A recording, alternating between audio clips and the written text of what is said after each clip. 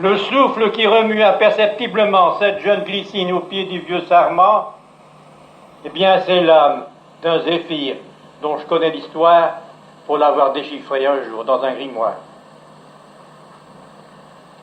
Or jadis un zéphyr flânant, musant, rêvant, entra dans un vieux castel en un coup de vent, et léger et étourdi, il frôla de son haleine une enfant de 16 ans qui filait de la laine. Ses yeux étaient du bleu de ce lac languissant dont il avait ridé la surface en passant.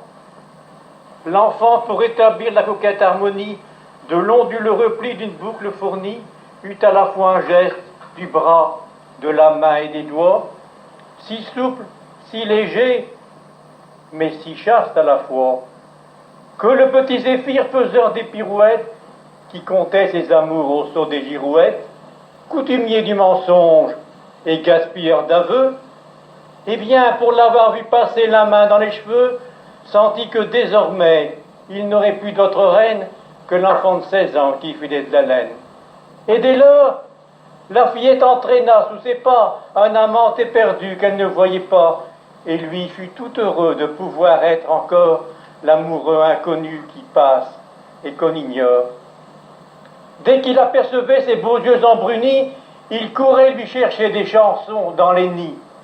Ne pouvant apporter toutes les fleurs en gerbe, il allait lui cueillir des papillons dans l'herbe, tous ceux des prés, des jardins, des bosquets, et quand il en avait fait des bouquets de rubis palpitants, de nacre, d'or et d'ambre, son souffle brusquement les jetait dans la chambre.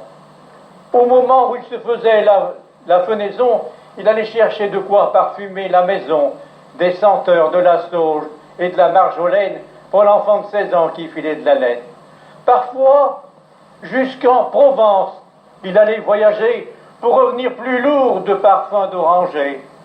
À chacun de ces mots, il trouvait un remède.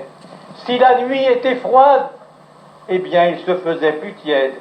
Si l'air était brûlant et le ciel orageux, il rapportait du frais des grands sommets neigeux. Quand elle avait un livre, effronté comme un page, il soufflait à propos pour lui tourner la page. Et lorsqu'elle dormait dans son petit dodo, le zéphyr doucement écartait les rideaux. Il mêlait pour avoir de son corps quelque chose, son souffle au souffle pur de sa bouche mi-close. Et tout énamouré pour apaiser ses fièvres, sans qu'elle eût à rougir, la baisait sur les lèvres. Hélas, un jour, vêtu d'un somptueux pourpoint, un seigneur arriva qu'on ne connaissait point. Il était jeune, il était fier, il venait d'Aquitaine pour épouser l'enfant qui filait de la laine. Sa grâce et sa beauté, quelques riches présents, sans peine eut raison de ce cœur de 20 ans. Après de grands saluts et de compliments vagues, on parla mariage, on échangea des bagues. Si parfumés qu'ils soient, que peuvent les zéphyrs contre des cavaliers qui donnent des perles, des colliers, des saphirs. En souffle de tempête, le zéphyr se rua sur le castel en fête. Pendant des jours, des nuits, on l'entendit hurler, secouant ses vieux murs pour les faire ébranler. Et lorsqu'on s'en fut en cortège à l'église, alors, orage, bourrasque ou bise, pour qu'on n'en jetât pas en chemin par monceau, eh bien il effeuilla d'un coup les roses des berceaux. Enfin, suprême espoir, pendant le Saint-Office, il tenta de sécher le vin dans le calice. Et malgré les efforts du vieux sonneur très las, força la grosse cloche à ne sonner qu'un glas.